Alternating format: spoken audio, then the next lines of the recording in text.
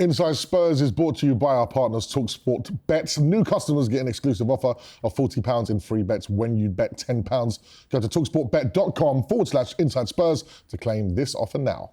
The Tottenham forward line now Scary. It's up there with the best in Europe. The early goal from Lucas Bergvall, screamer coming in. What a goal of the season. It's going to make one of those blooper videos that Danny Dyer used to do back in the day, like 100 worst mistakes. I get the sense of Ruben Amorim that at Man United, what I got from Wande Ramos. He started doing random things, that were really... It was like he was trying to get sacked. Back when I played, I was embarrassed to even walk out the stadium. The ice bucket's in your hand. Yeah. You can pass it to Genius and you don't do it. Yeah. Would you swap it? No. Luka Modric obviously has gone on and won the Ballon d'Or. I mean, could have been you. Could have been me. He's coming in pink panties and thongs and all sorts. Have you ever done it? It liberates you. I've looked up in the corner of my eye, seen the office door open, somebody's gone in there. And I've gone, up a minute. Kane comes back next year. Next season will be a season that we could win the league. Hello and welcome to Inside Spurs, sponsored by talkSPORT Bet. talkSPORT's dedicated Spurs show where we talk all things Tottenham Hotspur. My name's Majestic and I'm joined by Sonny Snelling from Sonny Talks Spurs. And we're very excited to welcome a special guest this week, a man who literally has been inside Spurs. Fasten your seatbelts. It's the one and only David Bentley. How are we? I like that. Good intro. It was class. That's buzzing. It's good to have you, mate. Thank you very much for coming. No, lovely.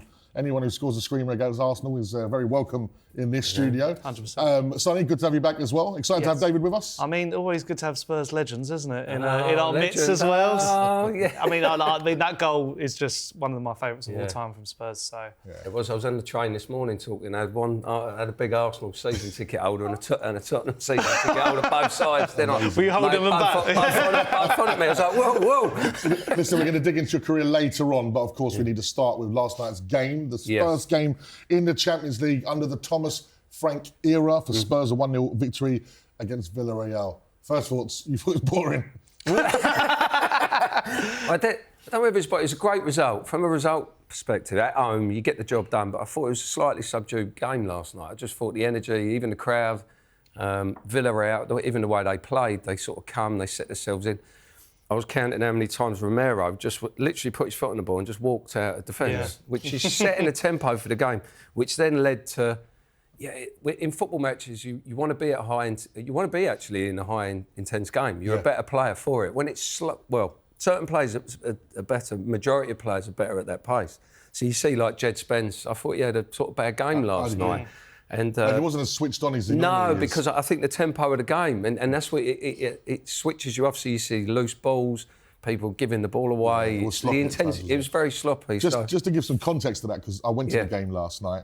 I was actually running late because I've been in IB for. There he is. Drop.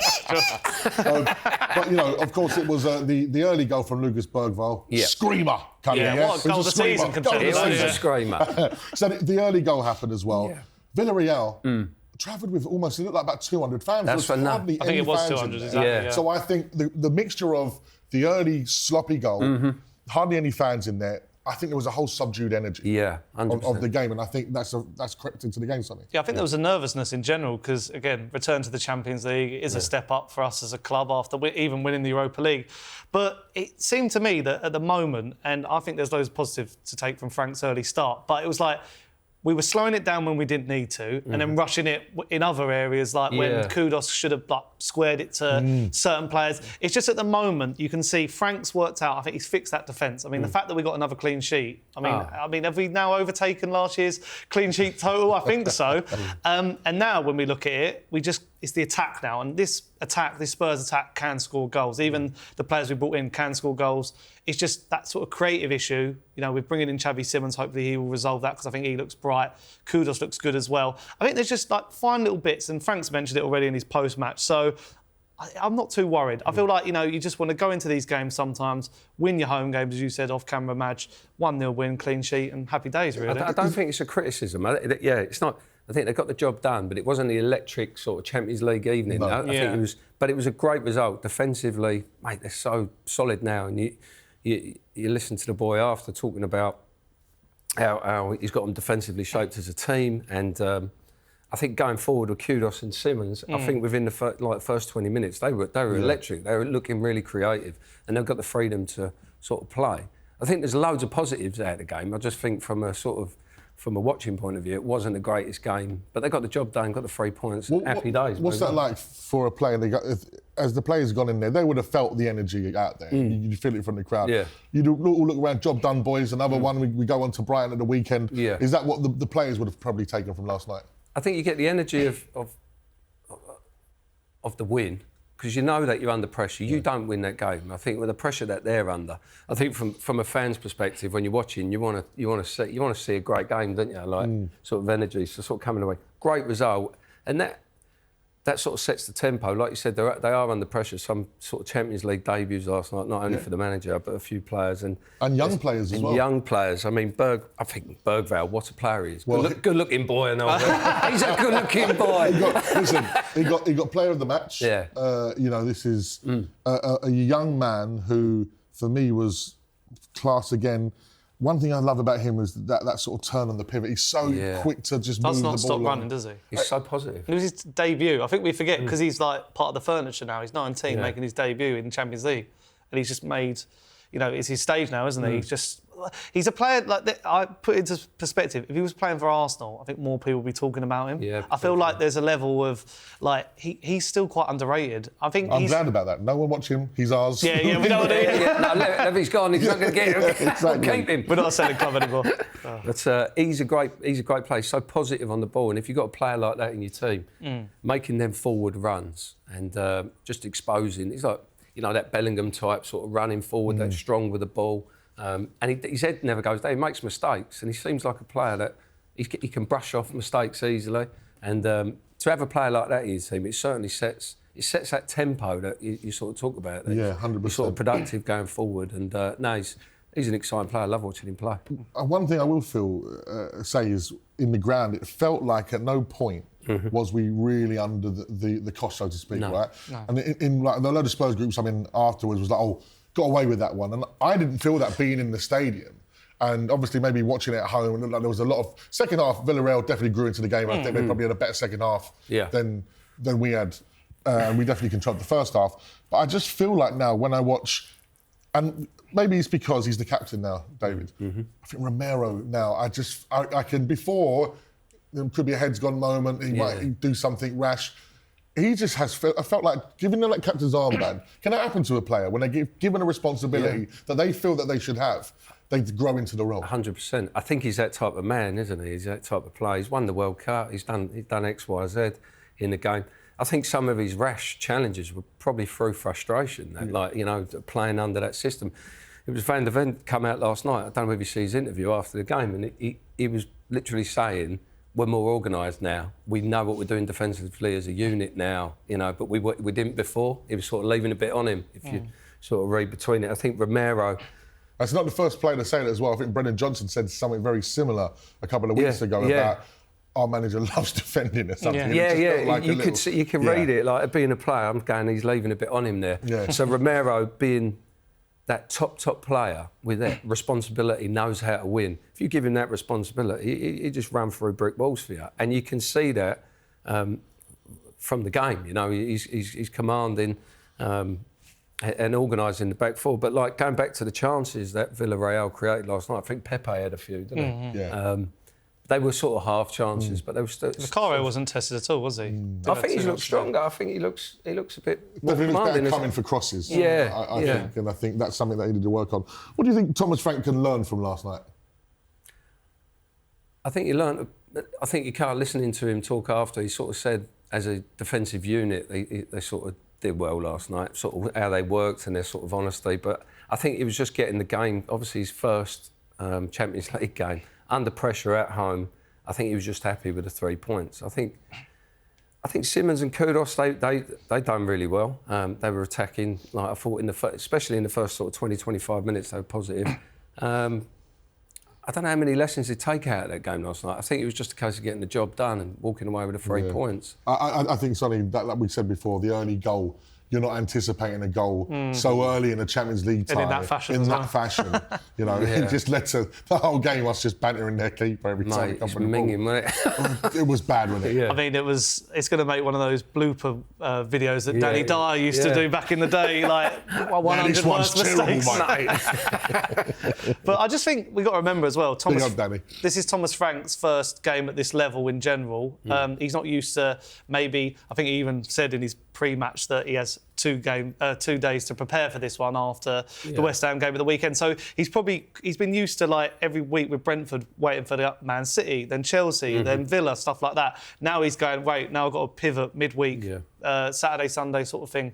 But I feel like he will take, these results, even the Bournemouth result, we might see that as a positive because even though we lost, we didn't create anything and we were really, really poor. I think Frank will take more from that and go, right, this is what I need to do now. He's even said, like, we need to focus on the attack now. We need to focus on our creative play because there was a 20-minute spell in that second half where our passing was poor. We couldn't keep hold of the ball, but we kept winning it back in defensive areas. And I think that's what we have to remember. Last season, our defence was so poor, but our attack was good. It's now we've flipped on its head. Our defence is really good and we now got to try and see how we unlock that attack. But we are missing, about 60-odd goals from Kulusevski, Maddison through injury, and then Son's left as well. So there's a few issues to solve, but I think Frank's got the know-how and the staff behind him to really get there. Yeah, I think that relationships moving forward I think it's easier to be defensive, to develop relationships quicker because you can be organised, you can work within your short shape and structure. As you're a creative player, to sort of understand people's runs. So when you receive the ball, you see 4 separate options on, but sometimes that becomes sort of second nature through relationships that you understand certain runs. That's a great point you make because we saw yesterday with Jed Spence and Xavi Simons, there was at times them not reading the overlap together and they hesitated. Yeah. Like you said, when those relationships build, it becomes second nature and all of a sudden, and that's why we see Kane and Son become the best duo in Premier League history. It takes years. It's not an overnight. I mean, I'm not a pro footballer or a former pro footballer like yourself. It takes years to develop these things, doesn't it? It Surely. does. Them relationship elements, like all the way through history and football, when you build, they become second nature. You think like they got to happen so quick, and then them developments moving forward, and them sort of movements they work on to create more goals, that will come. But the ability that's in the Tottenham forward line now, scary, is it's up there with the best in Europe. Not let alone. Wow, yeah. It's up there. Even seeing Mwani come on, there's just that little sort of 7-8 minute cameo. He's got a bit about him.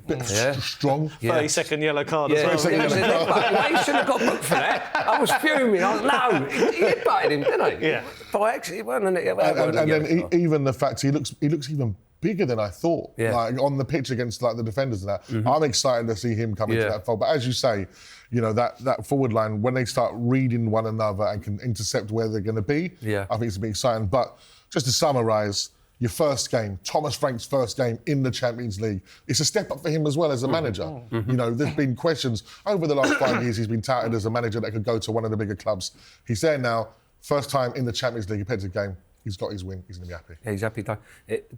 To him, everyone I've spoke to is how articulate he is, how sort of on the ball he is with, and is it meticulous is the word, I think, through his preparation and his training methods and the way he is around the building. You can see that when he talks so well. And I think it's a real positive sort of moving forward. When you look at the Tottenham squad, you look at what's gone on upstairs, and you see the management and the training team. I'm excited. I think all these goals, you've got that defensive structure, which every team needs, doesn't it? You look at Man City, Liverpool, who won the leagues. You look, they've got that strong base. And those two centre-backs are at that perfect age. Like, they are matured. Well, he's still so young, but Christian Romero as a captain. There ain't much getting past him. Really exciting stuff.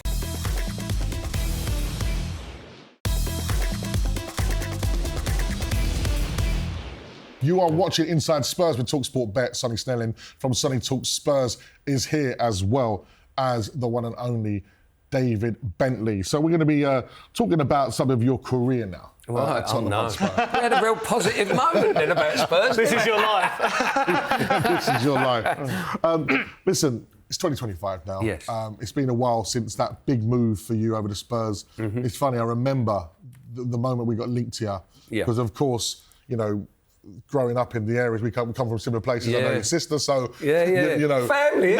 So we was always waiting. Of course, even though we went talking about where he was at, there was always talk he might be coming to Spurs. It was really exciting for all of us. And when we see it on the paper, I remember I was in Cavos, and I see it's like Bentley to Spurs, and you had that an amazing season at Blackburn. You know, you were breaking onto the team. It was so exciting for us. Tell me, looking back at your time at Spurs now, all this time on, how does it feel to you? I look back on it with so many great memories and sort of stick to the positive side, but it was a sort of mixture really of some negative things that sort of come with it. And some of them that were, when I look back now as an older, some of them my fault. Like, you hold your hands up to that.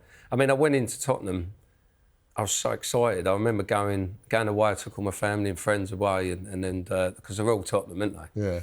Yeah. And I was, as a kid, obviously Gazza being my favourite player, first game I ever went and watched, you know, at White Hart Lane, and going there, I just wanted to go there. I loved the way, the energy of the club, and going, I was so excited. But I went in under Juande Ramos, didn't I? And yes. I remember meeting him before, because that's what you do. I'll give you insight now. Like before, you actually secretly meet managers and stuff. You know what I mean? Tapping up. Don't talk about I'm us. tapping up. Does it feel like you're cheating on your partner? Yeah, it does a little bit. You're like, ooh. Well, no. Did you like put extra like after Yeah, I did. Yeah. Don't tell Mr. Marinakis. You ain't getting out the door, mate. So then met him, and then one day was very. The way he talked, because I met Martin O'Neill and all this, because I remember he was at Villa doing the right, and then a few others. And then you just looked at the project, because at that time I signed, they were talking about the new training ground and the stadium and the manager. You know, I thought he was like, the new Wenger, and I call him Benga. But that ain't. But I come in, and it was a difficult start to life, you know, at Tottenham. I think in the pre-season, we played Roma at home. I scored a couple of goals. I think we played Celtic away in Amsterdam. I scored there. But as a team and me individually, we're like, flying into the season.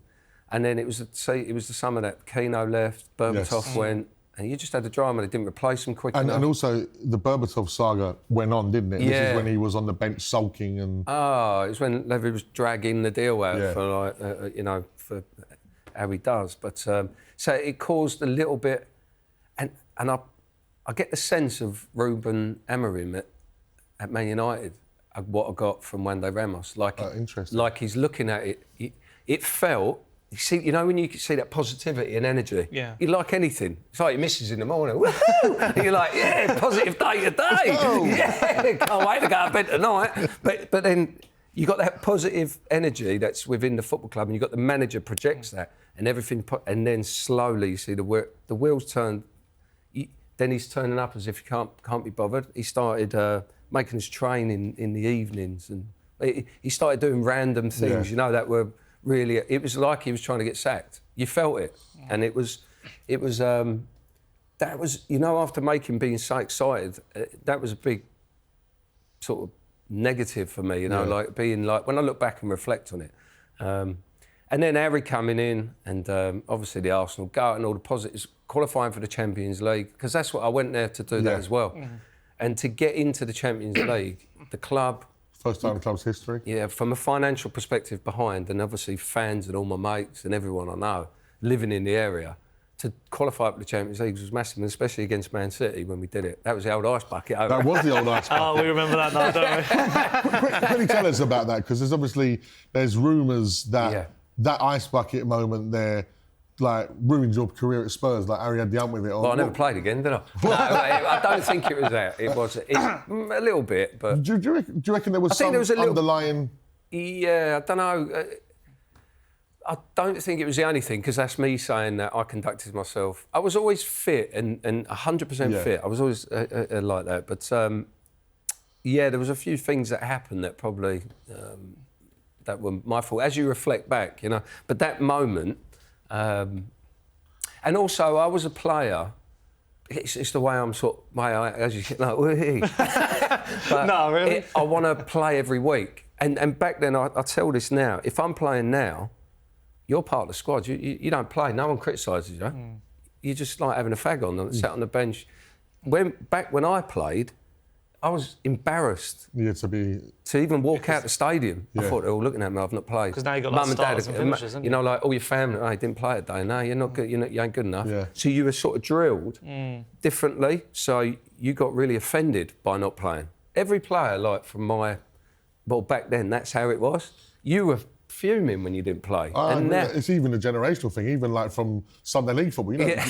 Because you don't play, you're like, I'm no good. I'm fuming, I'm storming off. Yeah. I don't do subs. Yeah. Because you're so passionate and so energised. And obviously, I'm always a big part of the dressing room and training and like energy. It's just, I love just so to not play, it was tough, it was hard. And I don't think, for me, I don't think I dealt with that because I think I was, at that part of my career, I think I was in the transition of that, the old to the new way. Yeah. You know, where you can just train a bit, pick up your dough and go home. I couldn't do that, I just wanted to play, And it was detrimental to my development and time at Tottenham because obviously reactions got into friction because of it, maybe. Yeah. Didn't react very well, had a few incidents off the pitch. And I do regret that because I love Tottenham Football Club and I love everything about it. Tottenham feels to me. It feels like me. Sliding doors moment, right? If you go back, the ice bucket's in your hand. Yeah. You can pass it to Genus and you don't do it. Yeah. Would you swap it? No. No. Did you do Daniel Levy as well? Exactly. And we're here talking about exactly it. And that. I'd never change that. Let's talk about some of the opponents that you faced at Spurs. Yes. Who was the toughest opponent that you played against as a Spurs player? Ashley Cole. Yeah. Ashley Cole, and it was semi-final Blackburn v... I remember it, Blackburn v Chelsea, semi-final at Old Trafford. It was an absolute... it was a great game, but he was just... He would never... Even if you'd done him, he'd just get back. He was just unbelievable. He was an unbelievable player. But he's probably our greatest ever... He's the greatest ever left-back. Yeah. It's got to be. And Evra, probably. Yeah. And then Goal Clichy. They were always difficult. Even though you got up on them, they were very difficult. You had to be smart against them. You couldn't just go out and have a good game. You had to be on it. Yeah, they wouldn't give you the space or time. What about in terms of your sort of colleagues at Spurs? Mm-hmm. Who was the best player you played with at your time at Spurs? Nice I played with a few. You look, Luka Modric. I mean, I went in at the same time as him, and I'm just an unbelievable player. You all bought at the same time? Yeah. Wow. Yeah, what was he like when he came in? Because obviously he was an unknown entity, wasn't he? Yeah, because he came in with Kaluka, didn't it? Yeah. Great lads, really nice. Because when they tell their story of how they lived in the sports hall, together for 2 years during the war and stuff, it's mental. And they just had a great bond and relationship. Attitude was, unbelievable. Nice guy. Luka Modric, obviously he's gone on, he won the Ballon d'Or. I mean... Could have been you. And the other one's Gareth Bale. Now, Gareth Bale is one of the best players I've ever seen because he could do anything.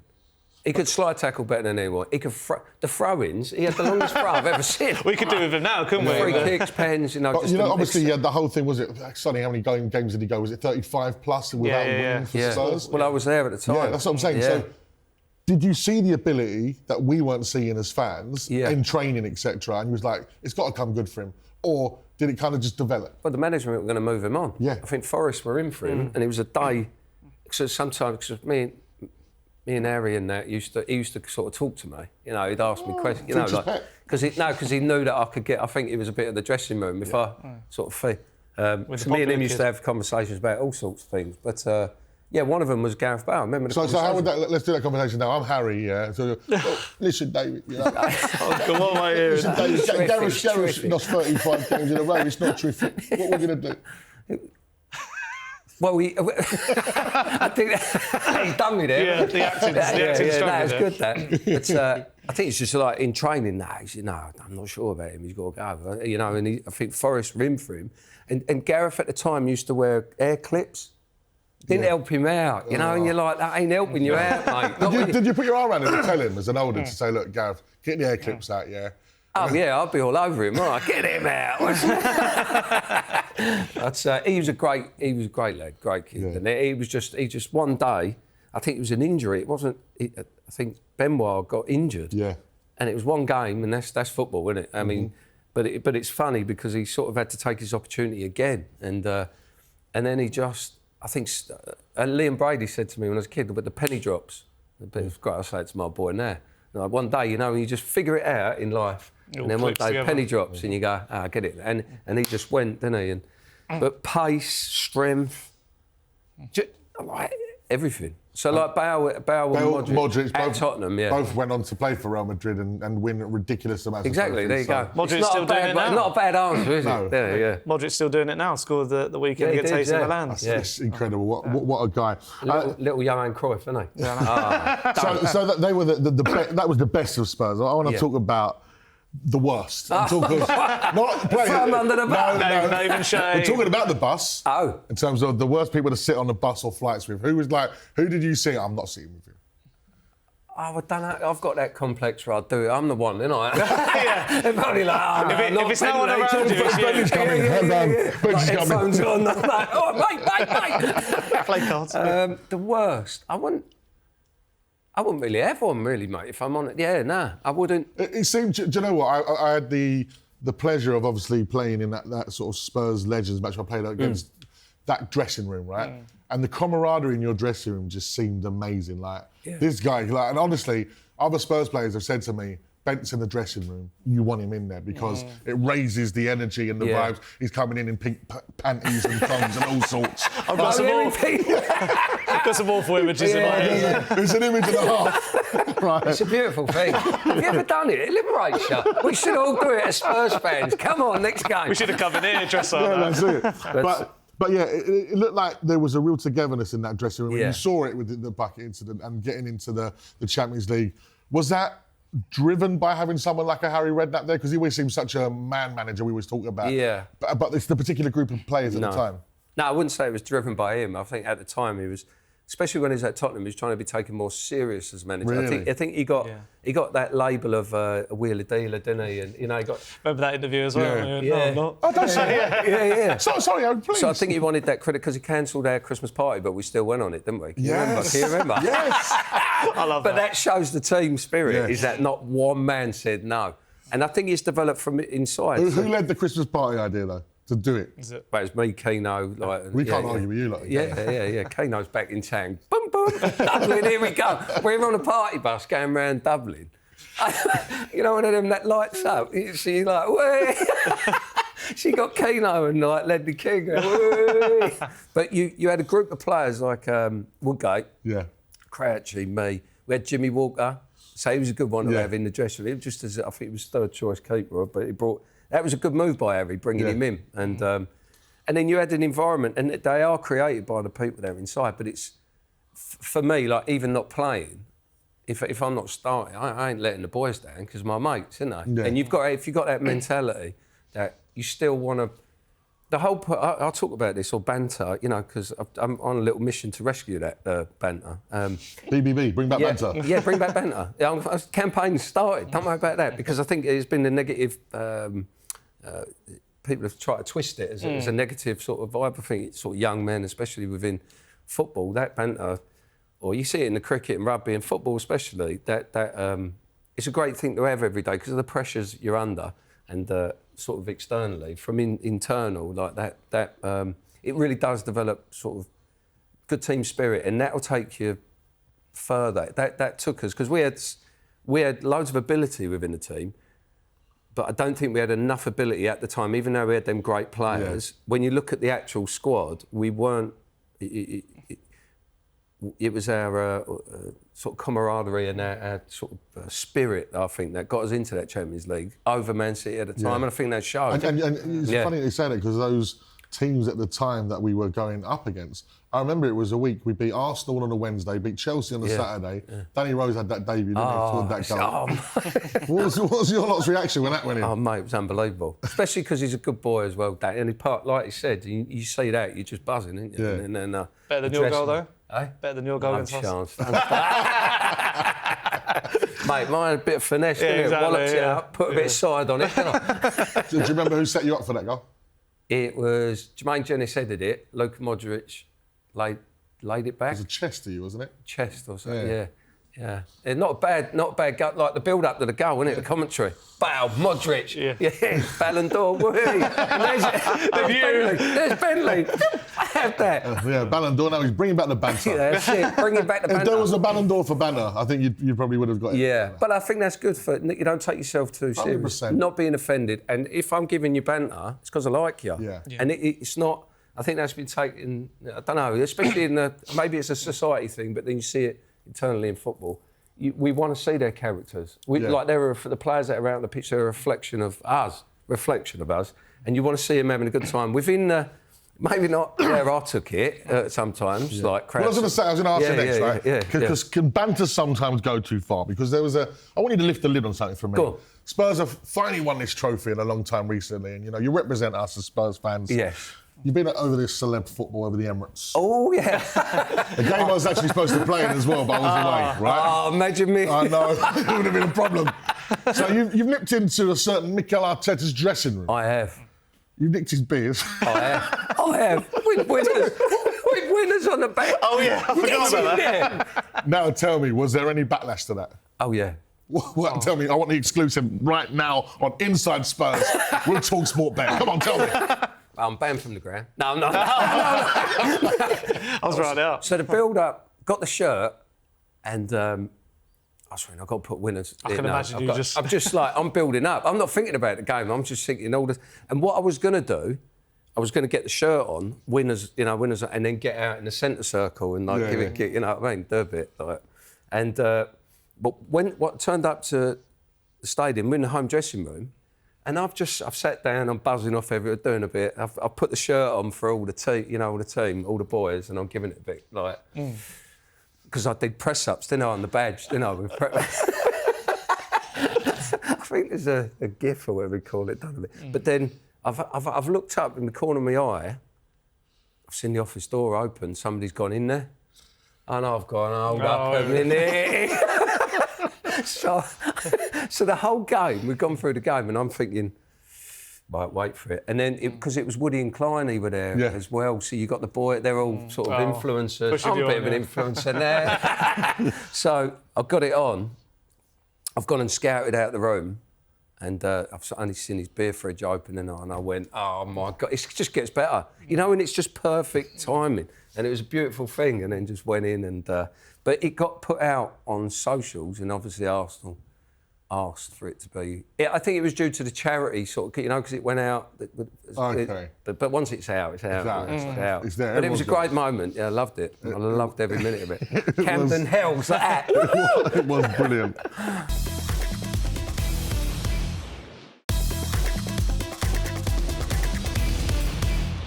I want to talk about some of your loan spells. Yes. Spurs, in particular, Russia. Oh, yeah. What was the team again? Rostov. In Rostov-on-Don. Right. Oh. Yeah. Sonny, have you ever been to Russia? I've not. I've been to Poland, that's the furthest I've gone that way. I've been to Russia a few times. I've DJ'd there. Right? Okay. But it can be quite dangerous. Like, it's a crazy place. Like, I DJ'd there, and literally, as soon as we finished, and there was some lovely ladies in Russia. Oh, right? yeah. And they literally said, you must leave the club now. And took us back to the hotel. It's not safe for you. I was like, okay.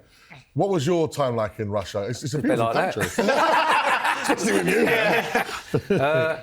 I tell you what, I went in, because I got the call, there was a few teams, and like my agent said, do you fancy Russia? And I went, yeah, go on. He says, you'll be the first English player to play in Russia. And I went, I didn't know. Then I went, yeah, go on. I'm the last. Yeah. I think Aidan McGeady was there, I think, from Scotland, but and he was at Moscow. So I went in, I just probably had Rocky IV in me, you know what I mean? But when I turned up, it's Mediterranean weather.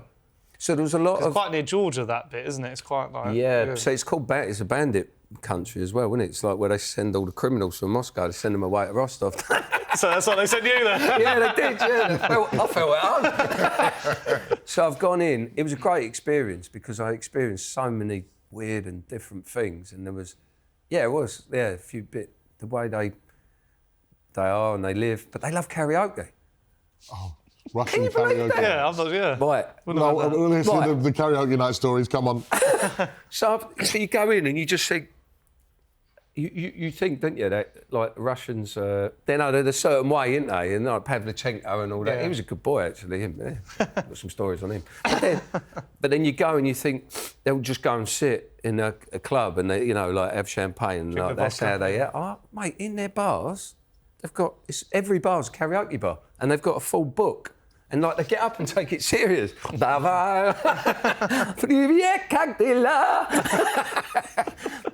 that was a surprising thing that you're going into, because I used to have a chaperone and he'd take me out for a bit of dinner, like go to a pub, watch football or their bars. You still got a chaperone?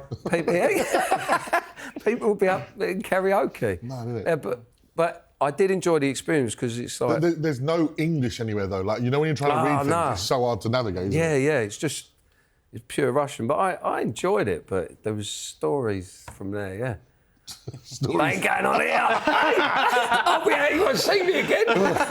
Let's bring it back to Tottenham again quickly. You mentioned Gaza growing up. Yeah. You played, like you said, with Modric, Bell, Keno, incredible players at Spurs.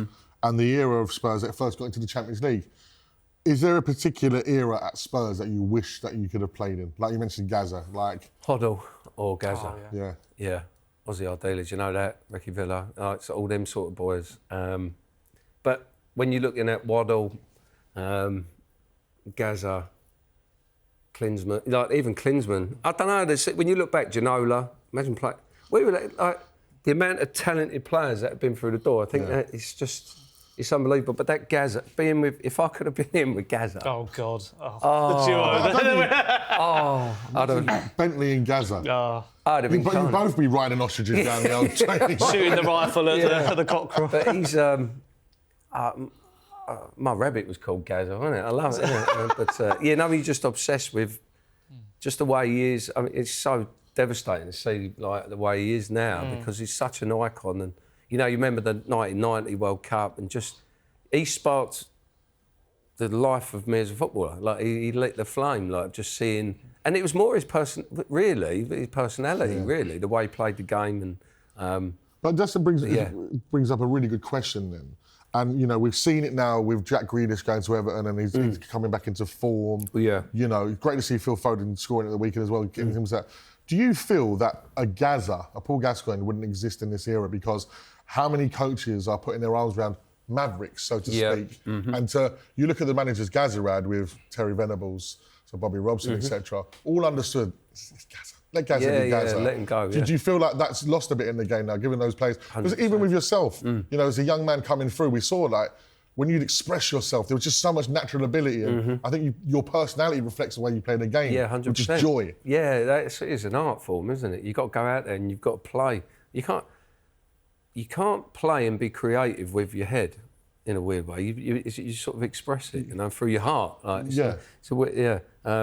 and players like that are restricted, and I think it's a society issue, and it's sort of leaked into football, and the Maverick. There's a place for them. There has to be a place for them because you've got to inspire new generations. You've got to inspire the fans that are paying to watch.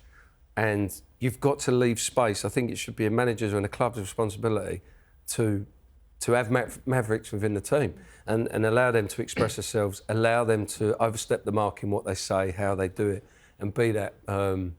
But it becomes very robotic. And I'm hearing a lot of people talk about boring football and, even the keeper element of him having more touches of the ball. I think there was a stat done that the centre-halves and the goalkeeper having more touches than the most creative player on the pitch, which is alarming, really, when you look at it. But across the board, I think if you look at Grealish, he's a beautiful man, beautiful player. He's got the energy and the creativity. You should allow him to express himself. Sonny, we were saying it before in the pre-season how much Jack Grealish looks like a Spurs player. Yeah. That's why. That's why Spurs. Yeah. That's why we love Madders. Madders is probably someone like that as well. Yeah. You look at these people, a bit outspoken, got a bit. The fans love and they interact with the people. Like Jack Grealish would have fit Spurs beautifully. I think that's what the interesting thing you say there about society. But we look at James Maddison close to home. Like, how much stick does he get for just being, one, a bit outspoken, and two, having a bit of flair? Yeah. He's had criticism for people at talkSPORT, like punters and presenters. But then I'd like to think now, like maybe Xavi Simons is now going to be that flair player for Spurs. And, you know, I know you say Grealish, but, you know, a younger model. You know, we saw him last night lighting it up on that left wing. He hopefully will do it in the 10. There's still a place for these Mavericks because you need that creative spark. You go to the football to get off your seat and cheer on players, and we've always had that at Spurs, haven't we? Like, but like I said, I feel we see them flourish, and then, for example, like they brought Jack Grealish into City, and I just feel like Pep stunted him almost. Yeah, he did, yeah. Because for a system. So they're all playing these systems. It does man nothing. Like the guy at Man United, Ruben, he's just stuck with a system. Well, look what he's doing to Bruno Fernandes and Maynard and people like that. No, and you don't want that. The real point in this is that a Maverick will connect with the fans. That means the fans connect with the team. So then when you're driving and you know what it's like, you just can't connect with the team. Yeah. But then that connects and it drives them and it drives that energy and it creates a different buzz within the games. And that could get you 5 to 10 points a season, like that. And sometimes you need that. Yeah, firm believer that you need to be able to support Mavericks.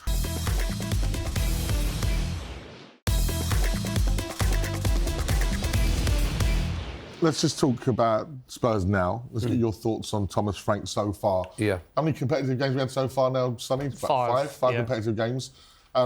What's your thoughts on him? I think he started well. I mean, he's coming off the back of Ange and the connection and the difficulties, and then winning the hasn't been a normal summer for Spurs, has it? No, it's not. And you've got that new revitalised energy. You see the parade.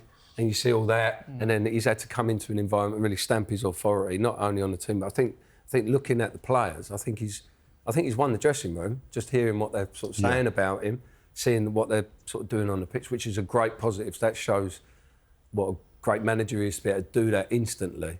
And I also love the team around him as well, because Justin Cochrane is number 2, someone I know well. I grew up with him in North London. He's an older of us, and he seems like he's got a real connection with those young players. Brendan Johnson's already talked about he's improving him, etc. You know, I think a real good leader is someone who allows his team around him to take their leadership roles and doesn't interfere almost. Yeah, 100%. And I think he's coming with a blip against Bournemouth at home. Who are a really good team, by the way. They're a good team, but you'd look at it, but probably it was just a little bit of a blip within that sort of opening sort of period. But I think he's come in and done well. He's got my respect. I like the way he sort of handles himself. He likes his paddle, doesn't he? Is he a paddle man? He's a paddle man. He had one in the training ground. I'm sure they probably built him on that. They must have done. That must got the room over there, haven't they? Yeah. But he loves his paddle, and you can see it. I just like the way he communicates. I think if he gets it right, it'd be one of the most successful managers Spurs have had. Yeah, and I think what I've enjoyed from the early stages is we've had moments in these early games, like West Ham, when we had that goal disallowed wrongly. The old Spurs would have gone, heads down. But then we went again. Last night, another example. You get that early goal and you think, we're going to... You know, you're thinking, like last season under Ange, you think we're going to concede in a minute. Yeah. Comfortable watch. I mean, maybe a bit boring in stages, as you said. But, it's a comfortable watch. Against City, I didn't think we were going to concede in that game. So there are those sort of, little shoots where you're like, it's all starting to come together quite early. And... Also, what we've got to take into consideration is this squad are now winners. Like they've won something. They're hungry to win more. You know, Romero said it. He wants to win more trophies. He's taken that leadership. They're all taking their responsibilities. They're all happy with their roles, coming in and out and moving it. You know, the keeper could swap one week. The midfielders, the places are up for grabs. I'm not going to do a Bentley and be upset because they're sub. No, don't do that. They're modern. They're all right.